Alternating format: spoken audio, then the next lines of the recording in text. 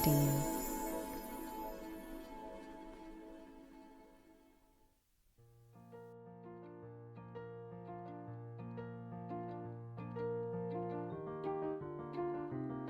Hi, sweet souls. Welcome to I'm Awake, Now What? A podcast investigating the intersectionality of spirituality, healing, and personal development. I'm your host, Krista Xiomara. Rack up some good karma by leaving a 5-star rating and write a review if you're enjoying the show and tell your friends about it. This week, I sit down with happiness coach Brandy Michelle to discuss her important work helping people cultivate true happiness and reduce stress using her proprietary process called BASE, an acronym that stands for beliefs, alignment, self-awareness, and emotion. Brandy opens up by telling the listening audience that we have everything we need inside ourselves and that we arrive whole here on earth, and her work here is to help you reconnect with who you are. Brandy touches on the nuance of reaching out for external solutions and using discernment when you find people that can hold space for you, while simultaneously being conscious to not hand over your own personal power. She ends with what it means to take radical responsibility on the path of self-inquiry and integration. Hi, Brandy. Welcome to the podcast. Oh, hi, Krista. Thank you so much for having me today. I'm excited for our conversation. Yeah, me too. I'm excited to get to know you a little bit better here today.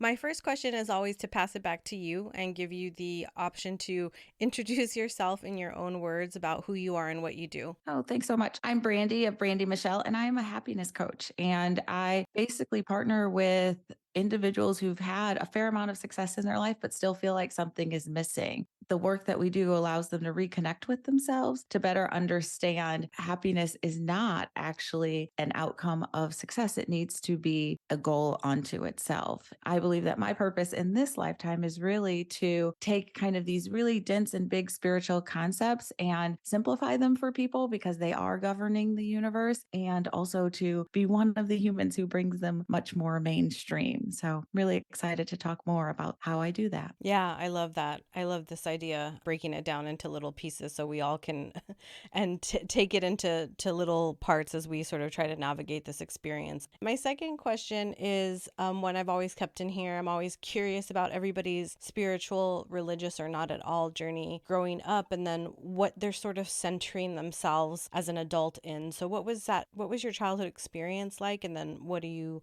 centering yourself in today? I appreciate you asking. I had an interesting upbringing in that we had kind of family history of, as many Black families have, of being involved in the church, but there was a little bit of scandal that had occurred in the past in our family. And so that had really kind of divided people's perspective around religion. And it is one of the reasons maybe today that I really invite people to separate out like religion and spirituality and look at those things as their own individual processes and occurrences and not as always having to be one. But even with this kind of background in our family, my parents wanted me to go to the best schools that they could afford. And at that time, those were Catholic schools because I lived in Detroit and our public school system, even at that time, just wasn't in a good place. So I grew up in Catholic schools, really learned a great deal about Catholicism and religion. And so I always had this knowing that there was, for me, I still refer to it as God, but this infinite intelligence, our highest self, the divine, whatever you want to refer to it as, I had a knowing that was there, and it has guided me in many ways, but definitely had kind of a circuitous route to where I am today. Yeah, that's interesting. I know a lot of kids take that path with the Catholic schools because the education system was so robust for such a long time. Hopefully, you didn't pick up any of the guilt on the way out of there. I don't know if I picked it up from Catholic school, but I think somewhere along the way, we all pick up some guilt and shame that we later have to navigate, right? Yeah.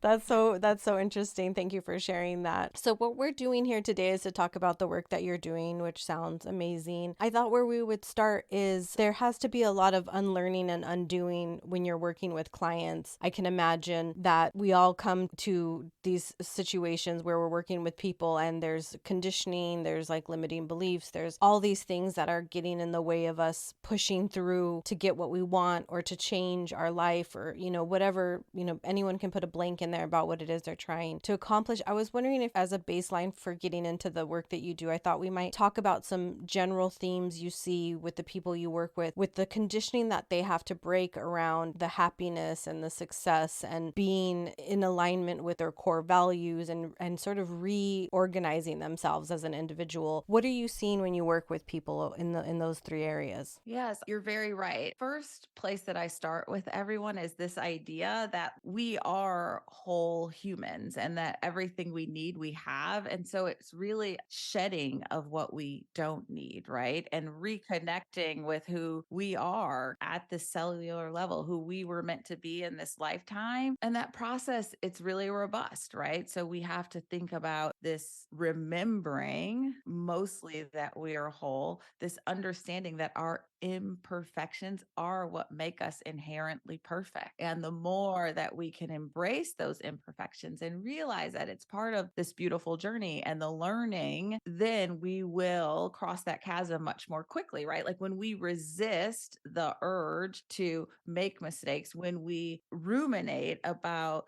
things that have happened in our life, when we hold shame for occurrences that we most likely didn't directly choose to be a part of, then those are ways that we get further and further disconnected from ourselves. And so I have a proprietary process, but really the work in general, regardless of what process that you use, is having a lot of grace with yourself and coming to this place of acceptance, right? And I always note that it's an interesting world that we live in where almost every human has this shame that they're holding on to, right? And so I have shame that I'd prefer for Krista not to know, and Krista has shame she'd prefer for Brandy not to know. But what if we were in this beautiful place to say, like, oh, Krista, when I was younger, this happened to me, and it was really hard to navigate. And then you would say, wow, I had something similar that happened to me. And now we are in this place of supporting each other where there is no shame and where you find that really we've all had these experiences. And I think I got to this place when I did all this work to release the shame and just say, this is my life and I'm willing to share it with nearly anyone. And everyone I shared it with was really like not that impressed. They were like, oh, great. Like, and so suddenly you're like, man, I have been holding on to this thing that literally nobody else cares about but me, and not like doesn't care in a bad way. Like they're my friends, but like it had no meaning. I had Yes. given it all meaning for decades. And so it's a long answer, but really it always boils down to that. Yeah, that's so wild. I think we've all experienced that. And then you're just like, why have I built this up in my mind so much? So much. So much. Just like, and then we feel yeah. the very energy that we're actually seeking to avoid, right? So we're Yeah. instead of just like moving through it and like feeling that challenging, dense emotion for a finite period of time, we're feeling a version of it I for know. decades. And it's like, oh man, why didn't I just do it? Why didn't I just move through it? Yeah, and it's interesting too. I think the piece that you said back there, which I'm a big proponent of this as well, not coming to your healing and integration from a place of feeling that you are broken. I don't even like that language when I hear it in our spiritual space, because I do feel like we come here whole as whole individuals, and there is all this stuff that gets stuck to us as we age and that we do have to shed, and coming from it. And I don't think that's like a bypass positive space. I think it's factual. Everything is embedded in us. We're just so resource rich within ourselves once we remove all of those things. Exactly right. Well said. Mm-hmm. Yeah. Mentioned back there just a second ago this proprietary process that you have in place to work with people called BASE, and that stands for beliefs, alignment, self-awareness, and emotion. So I thought we would break those apart bit by bit so people can get an understanding of how you are helping people through this process. We talked about the things that don't belong to us in terms of beliefs, and I think I always see beliefs as inherited and self-created. So there's like all the things I tell myself and then all the things people told me about myself, and looking at those one to one and saying like, is this true? I said to myself, is this really true about me?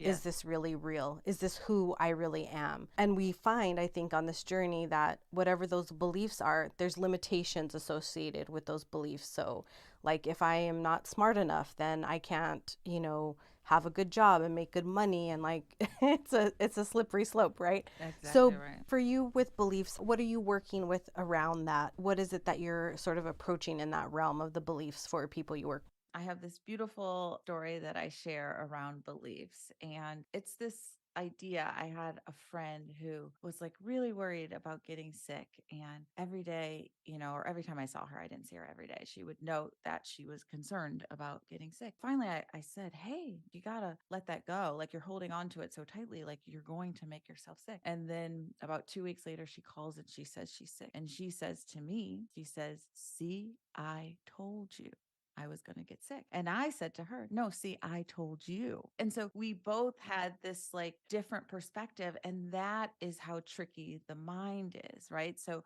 we have these beliefs, and our mind is so powerful that it is doing everything in its power to make our world view true. The unfortunate reality is that when you're unintentionally co creating your life, when it comes true, you believe that your limiting beliefs were valid instead of taking a step back and saying, "Oh, I created this scenario and I am so powerful that if I were to then shift those beliefs, I can create a new reality." There's this really beautiful opportunity to take your power back, right? And so this is one of the reasons why I don't believe like really in this kind of manifestation culture, because I want people to realize that your entire life is a manifestation of your thoughts, of your beliefs. And I think that allows people to be in a place of power to say,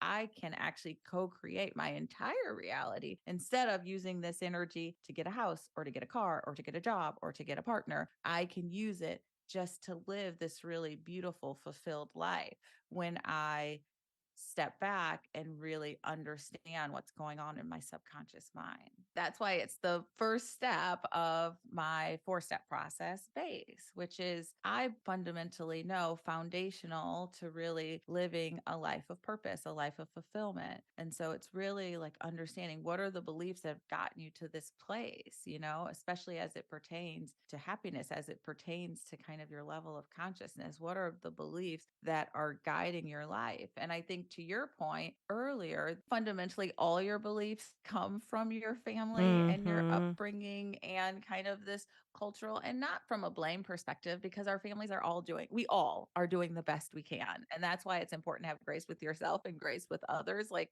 if someone's like upset and having road rage, like I move to the side, because like right then, right there, that's the best support I can give them in that moment, right? Like me getting angry back, that won't solve it. And so being in this like beautiful understanding that we're doing the best we can, our parents did the best we can, but from 0 to 7, our brains are in a state of complete absorption without the ability to really assess the value of what we're taking in, right? So it's in, and I won't go deep on this, but the way that our brainwaves are working, we're literally just taking everything in as fact. And then we begin to overlay our entire worldview on to those beliefs that we learned early on. What we know for sure scientifically is that this kind of shapes our entire lives. And almost everything that occurs in your life, good or bad, but especially the things that you're thinking about changing, that origin probably started between those first 7 years of your life. Yeah, all of that is really powerful. And I think it's interesting how, if you hadn't heard any of the language about manifesting or anything like that, most of us have heard the idea of a self-fulfilling prophecy, which is what your story is there, Yes. and then you realize just how powerful our reality is getting created by the things we think about ourselves and think about our situation, and how much power we have. I can imagine you also help people call back their individual power by releasing these beliefs as well. Yes, right. And that's how I really frame it for people, right? It's this idea, it's not of blame, it's of stepping into your power. Wow, if my brain is this powerful. I had a client the other day say that she was like walking and was going to like walk by a place, and there was someone that she thought in her head like, I am going to see this person, and boom, they crossed her path. Those little things, as you start to pay attention to them, as you start to make note of them, you'll see and understand that you always have this knowing. And the more you tap into it, the more you follow that, the more you're going to see that you are able to much more intentionally direct your path. And a lot of that is just simple attention to what's going on around you, right? Yeah, I tell everyone, I love that you said that the work is simple. It's not easy, but it's simple. There's nothing I'm going to say that requires you to like be like, oh, okay, I'm going to go like read about it. Yeah, no, this is really simple. You can make it as complex as you want because the laws that govern the universe are really extraordinary, but we can really simplify them for people. Yeah, I love that. So the next layer of that is alignment, which I love alignment. I love that this is a path for a lot of people. And it's also just a homecoming, I think, once you find yourself in a place of alignment. And I think this is different for different people. I think the entry point to alignment is very different. So I'm very curious about what alignment is for you in this blend of things and tools that you're teaching people. Yes, I love alignment too, because to your point, it has many different meanings. And so I come at it from this perspective of first and foremost, like anything you're seeking has this like vibrational frequency, right? And so if you think of the things that you are calling into your life, and I like to think of our lives as having like as being a three-legged stool, right? And so one leg of the stool is kind of health and wellness, and that can be anything from like disease avoidance, or it can also be like weight loss or beauty, right? And then the second leg of the stool is career success and money, which is the leg that most Americans kind of like spin around. And then the third is this idea of relationships, both platonic and romantic. And so each leg of the stool, most humans like have a desire for that to be in this really beautiful place. The challenge with aligning to it is that we oftentimes spend most of our day in these really dense emotions. So we spend our day worrying if we're ever going to find a partner, or anxious about a project that we're trying to get done for work because we think it will help us excel, fretting about the results from a test that we had to take at the doctor. So we are in this space of these really dense emotions, but what we're trying to achieve, we fundamentally believe it will bring us happiness and joy. And so it's like pushing a boulder up a mountain, right? Like eventually you'll probably get to the top, but there's this beautiful ability to have this alignment with happiness, with joy in advance of aligning with what you're seeking. The beauty of that is then you have joy for the entire journey, but also the beauty of that is that process forces you to align, reconnect with yourself, and realize that joy is actually your birthright, right? So I tell people to think of emotions the same way you think of pain. If you had chronic pain every day, you'd go to the doctor and you would try to understand why that pain was showing up. You would know that it was a marker of something more. And that's the same as these dense emotions. Like we aren't meant to be in this consistent state of worry, fear, shame, anxiety. Those show up as a means of tapping us on the shoulder, as a means of telling us something is out of alignment. We should be spending the majority of our time in this really beautiful place, in those emotions of happiness. And then those other emotions are just a way of saying, oh, something's out of alignment. Let's pay attention. Let's make a shift to get back to where we are meant to be, to get back to our birthright.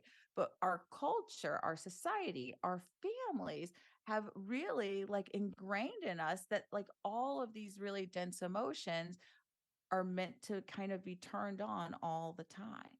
And they're not. And so once you reconnect to yourself, once you accept and acknowledge that joy is your birthright, then you can move back into alignment. So it's about understanding like, what does that look like for you? What does purpose look like for you? What does happiness mean to you? Right. And doing this work to make that shift. I read this beautiful book a long time ago called The Two Truths About Love by Jason Fisher, and he talks about exactly what you're saying about the dense emotions there, and he plotted it out as a graph and like the line of our emotions going up and down, and how, you know, we can stay in sort of a linear state that is aligned and peaceful and joyous and content and all of those things, but learning how to ride those waves until they get smaller and smoother and smoother is a master's path and probably probably why you do the work that you do, to help people find that, because we live in such a world too now, I think, with social media, not to get off topic here, but that keeps us in a reactive state, keeps those emotions heightened, or pings us and triggers us in ways we're not used to living like we had, I would say, even 20 years ago. So I love that you're helping people do that. I love that you're starting with the density of the emotions, which is such a big thing to just be even aware of, that it's happening to you in that way. Yes. And a few things came up for me just there is right. There is this idea that you will have these peaks and valleys, right? And so this work is about raising your happiness set point, which is ultimately raising your level of consciousness so that when you have something that impacts your life, right? Like perhaps you have a loss of a loved one, or an animal in your family, or perhaps you get some news that isn't so great. You will still feel that emotion. This isn't about bypassing. This isn't toxic positivity, but it's about having this higher baseline so that you can rebound more quickly, right? It is a strategy for living life. And you're right, like we are being bombarded with information that really triggers our fight or flight, right? It triggers our central nervous system. And we're constantly being pulled back into that all the time. And if we don't set boundaries with what we're willing to take in and experience, then we're going to be on that roller coaster versus those ebbs and flows that you mentioned. Yeah, I mean, it's such important work. The next piece of what you're doing involves self-awareness. Having gone on this journey myself, I think converting from unconscious everything to trying to be very conscious, intentional, and paying attention has been my life's work this last decade and a half. I do feel like there is a limitation in how much you are able to grow if self-awareness isn't cultivated, because we're so close to ourselves and we can't really see things clearly unless we have an objective eye and a compassionate eyeball to look at things. So when you think about self-awareness and the work that you're doing, what is it that you're trying to teach people? How important is it for people to be curious and have an open mind when they're cultivating self-awareness? Oh, I love that you said that. I tell people all the time it's the third step in the process, but it's the most important. But you couldn't start with it because usually when you're on your personal development journey, you're still looking outside of yourself, Right. like in more than one way. You're looking outside of Inherently, yourself. yeah. Yes, right. Like you think that, if only person X did all these things the way that I would like it, then my life would be pretty great. And you think that person Y has all the answers because they are the guru, right? And so that's why I really start this work from this place of your whole. You have all the answers, and it only takes you to fix your life. No one else needs to change a thing for you to have the most beautiful life that you've always been looking for, right? And that's this really beautiful space to be in. I absolutely love Joe Dispenza. He says anytime he has, and he doesn't call it friction, that's the word I use, but I'll use my word here. Anytime he has friction in a relationship, he goes inward to solve it.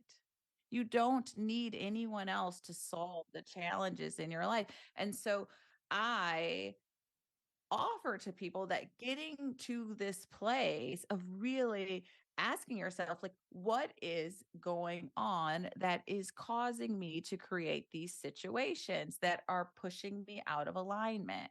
How am I choosing to not be in homeostasis? What do I keep returning to over and over again, right? Like life, until you get the lesson, is really these series of patterns. So, what you will find, you'll take a step back and you'll say, oh, this keeps showing up. It might look slightly different, but there is a pattern to what is showing up in my life.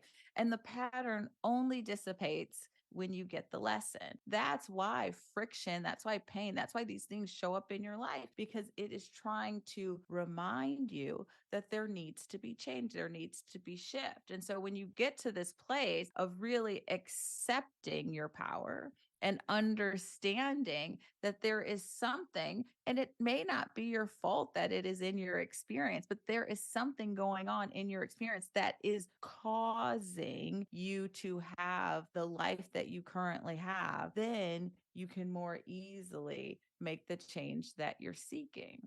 But awareness and self awareness is the most critical part of the process. I have a client who is like, oh, my husband needs to put away the dishes. Oh, my kids just like are freaking out. Oh, so and so won't do their part of the project at work. Like that's showing up for you because there would be value in shifting your perspective. It's really interesting the piece about going external. I just posted on my Instagram too about how I read a bunch of books and then I was like, I need to get into therapy. When I was in my late 20s, I was like, it wasn't working because I was coming at it from that exact perspective. I was like, I read all these books, like I'll finally be in alignment, I'll finally find my peace. And it was more than that. There was a lot of things that I needed to come in towards myself about instead of seeking the external. And I think it's funny that we all do it because our society has just really conditioned us to reach instead of to embrace ourselves, which is just so critical to know that as you go on this journey. I think so. And I would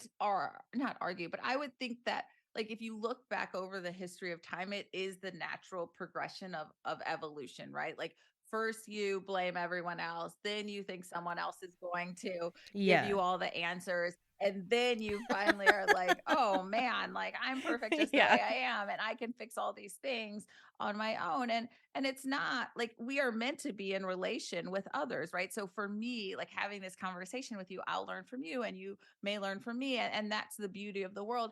And also, other people can hold space for you, but you can't hand over your power to them and believe. And that's what we're doing in both of those instances, right? Like when you think it's someone else's fault that you're experiencing what's going on in your life, you're handing over your power. And when you think that someone else is going to solve all your issues, like if you just read these books, if you just go to acupuncture, if you just, like find the guru, if you travel, to this 12-day meditation, like all of those things may help you on your journey. Many of them probably will. And also, like the answer is in you and you can shift it. Yeah, and I think the more we go inwards and we're in ourselves to locate what it is that we need and we want, the closer we get to that, the easier the process does come.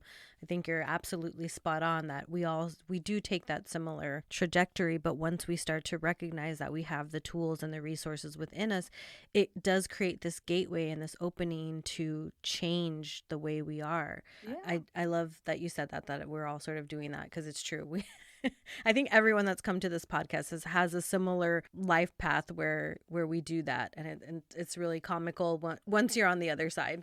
I know. I mean, it just is the common human experience. And so the two things that I really offer to my clients and when I'm speaking is, this idea of, to really do this work, you're going to have to get to a place of radical responsibility. And you're also going to have to be in this place of constant curiosity because the challenges that I talk about, right? Like just like every single thing I said today, you have noted how that shows up in your life because they're universal, right? So if I'm saying to someone like, you know, there's a worthy issue here, and they're like, no, I know I'm worthy.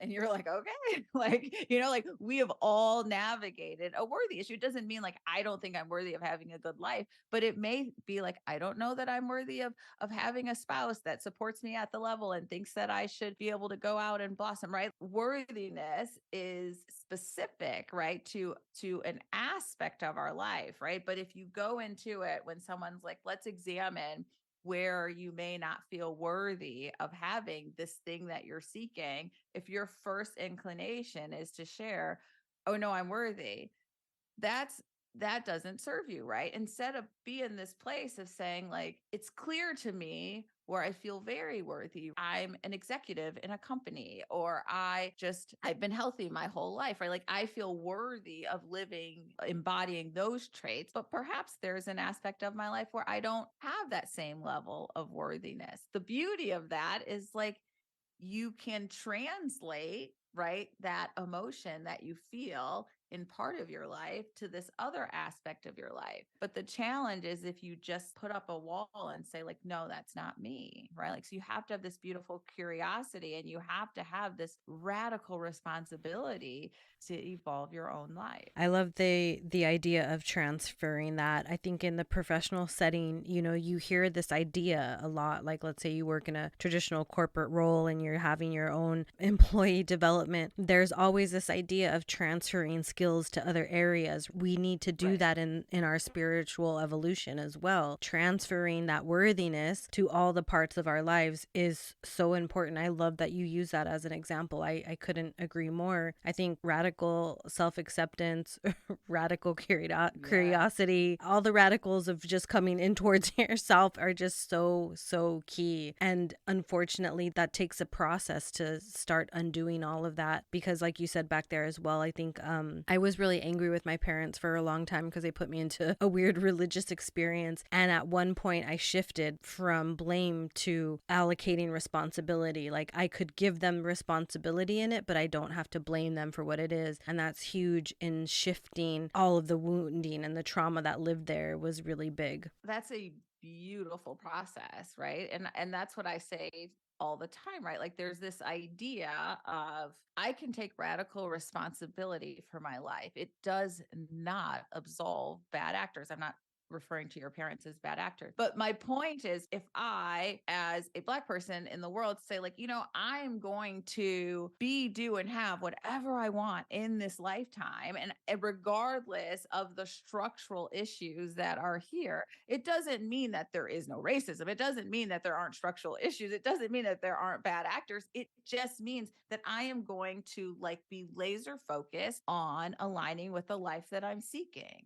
And we can hold space for both of those things. I think sometimes people are like, well, are you saying that, like, people don't do bad things? No, like, if someone steals your car, they steal your car, right? Like, that doesn't, like, mean that they didn't do something that they weren't supposed to, but it also means that, like, in spite of having my car stolen, I can live this really beautiful life, right? Like, and I can be, like, just focused on that part of my journey, right? And they will have their own journey to navigate, and they will have their own reckoning, and they will have to answer for their behaviors. But that, if I shift all my energy to trying to change them, then that may not be the best use of my energy. I end every one of my journal entries with the same line: changing the world is an inside job. If we change ourselves one at a time, if 8 billion people are the happiest, most fulfilled, most purpose driven humans that they can possibly be, we would inevitably have a beautiful world. But all the energy we spend on changing some things and people outside of us doesn't contribute to that as nearly at the level that just being the best you can. Yeah, I agree wholeheartedly. So the last element here is emotions, and you did touch on a little bit about that when we were covering the alignment piece. But what do we want to say here for people and their emotions and getting intimately close with them? They're all interrelated. So, like, as you talk about them, you inevitably touch on another one. But this is really like this idea of emotional resilience. First and foremost, we want to, like, take a step back and say, for the densest emotions that are showing up in my life, what is the origin story of that emotion, right? And how can I actually keep this beautiful memory of it and release the reaction to it? Like, for you got to this point where you said, we can all be accountable for aspects of my journey, but I'm not going to harbor kind of this anger around what has happened to me. And what we realize is that kind of these dense emotions, especially like anger and shame, they eat us up, right? Like, you're angry at someone else, they may not even know it, right? But it's impacting your life, and you're ultimately then pulling your past into your present moment, right? And so then you're reliving this journey. And so we want to really keep the memories of our life and release the reaction. And you have gotten to this place when you can talk about your past very easily, without crying or like reliving that emotion. So if we're having that same emotional response, which is triggering our fight and flight, which is driving cortisol and adrenaline coursing through our body, then we cannot be the highest, best version of ourselves. Those two things are in conflict, right? And so we do the work to really release those dense emotions while holding on to the memory. And what we know for sure is that emotions guide our lives. You only take action from emotion.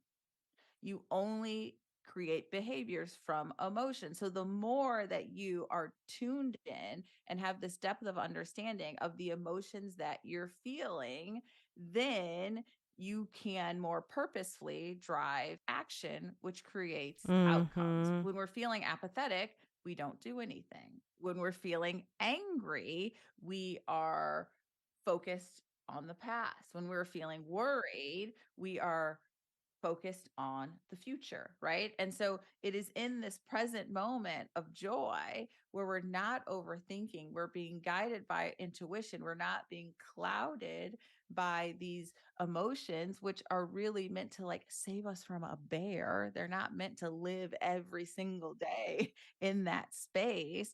Then we're going to direct our path, and you're going to see what you're going to see is ease and flow and synchronicity, right? So when I got to this place in my life where I'd really unwound some of these like little t trauma, but little t traumatic events that had occurred in my life, I started to see things just fall into place. Right. And I'm like, oh, like I put out into the universe that I want to go to an event and someone calls me with tickets, or I need an appointment at certain time and I get a call like this never happens, but someone canceled. And you start to see that your life falls into place because you're so connected to source. And when you're at that level of connection, even before you have this thought, you have this idea, it's all being mapped out for you. And so it's this really beautiful place of ease and flow and synchronicity. And as you start to tune into that more and more and more, you invite more of it into your life. Emotional resilience and really clearing kind of those dense emotions are wrapped around events from your past. It's the crux of the work, right? Like we say, awareness is the most important. And kind of building this emotional resilience is the most important aspect from the perspective of it's going to allow you to more rapidly evolve to the next level. Yeah. I often say to people that, we have this conditioning as humans that we think that if we don't address our healing that is there, like wherever that is on the spectrum, like you mentioned, big T trauma to small T trauma and everything in between there, that we have this idea that not addressing it is easier than addressing it. And most of the time that's because when we conjure up those old memories and the pain and the suffering and whatever it is that happened to us, it's just so hard to hold that in that moment. But when you have, I would say, the bravery and also the resilience, to your point, to look at it and to process it, then you have those tools. And then every time anything comes up again, because unfortunately we are human beings, we wound each other intentionally and unintentionally, so we will bump up against this, but it does get easier. That's what I always tell people. It's counterintuitive because it feels so hard and heavy in the beginning when you're addressing it, but it does get easier, and it is softening to what you're feeling instead of resisting what you are feeling in that moment. Absolutely. And I don't want to, similar to you, I don't want to minimize that. Yeah, it can be really heavy to address things that have happened in our lives. Like, and I am not saying that the path is for sure going to be easy. It'll be easier for some than for others. Um, However, it is necessary. And I think that, it's like having either a low grade headache for the rest of your life, or having like migraines for a week and figuring out why and like moving through it. Right. And so you want to just go like deep and wide early and really like seek to understand, and then know how beautiful it can be on the other side, instead of living out this pain for a lifetime, which is what so many people do, right? Like we either like suppress and avoid, or we get into this like kind of like maintenance strategy where we're like, okay, when we're triggered, we're going to do this, and like we're going to do this. Or we can actually get to this place of like, why am I triggered? And what is causing this? And there are things that I can do to actually get to a place where I'm not so easily triggered. I think that we do see that over a lifetime, most individuals, for the data that we have, do continue to bump up against these challenges. I will also offer, I have really tried to be in this place where I have a belief that it's possible in the future for that not to be my reality, right? And so I'm trying to hold both of those things, because I think it's tricky to also say like this is going to continue to happen and we're just like giving ourselves the tools to navigate it. I want to live a life, and we'll see at the end, where I'm like, there is the possibility that we don't have to, right? Like that's like nirvana, that's enlightenment, getting to this place where, and so if you hold that as a central truth, then you may align to it. You may not, but if you hold to this space that challenges are inevitable, then I promise you, you'll always have them. So I've really, I try to be intentional with every belief that I hold in my space. Not irrational, but really intentional about like, I'm just convinced that there is a possibility that we can have this like quote unquote heaven on earth, that we can have this really beautiful experience. And the reason I believe that is because I've had glimpses of it. I'm like, wow, like this is it. Like I am in this space of just like synchronicity after synchronicity, and where just like it's like, the sea is almost parting to align with what I'm seeking. And I'm just like a big gratitude person. So I just say thank you and more, please. Yes, I'm with you. I'm with you 1,000%. I wholeheartedly believe in that as well. So, with all that said, my last question here for you in terms of your work, and then we've got social media and some gratitude to wrap up at the end of the interview, is what are your thoughts on staying the course when you're doing these processes, when you're on the path of healing, spirituality, and personal development? What does one need to stay the course and to have the internal stamina to reach their potential here? I'm also going to simplify this. I think it's easiest for people to stay the course when they recognize every shift along the way. And whether you do that by like pausing and expressing gratitude in the moment, whether you do that by writing down like, oh, today was easier. I think it's because I shifted this. Oh, like I used to like have this battle with my boss and now it feels really easy. Oh, my husband never put the dishes away, but for the last week he's done it every day. Like when you really start to acknowledge all that is going well in your life, then you realize like, hey, I got to live either way. So I might as well direct my life in this manner. I was an athlete growing up my entire life. And I remember one day I was at practice, and I wasn't practicing very hard. And my coach looked at me and he said, you're going to be here just as long, whether you work hard or not.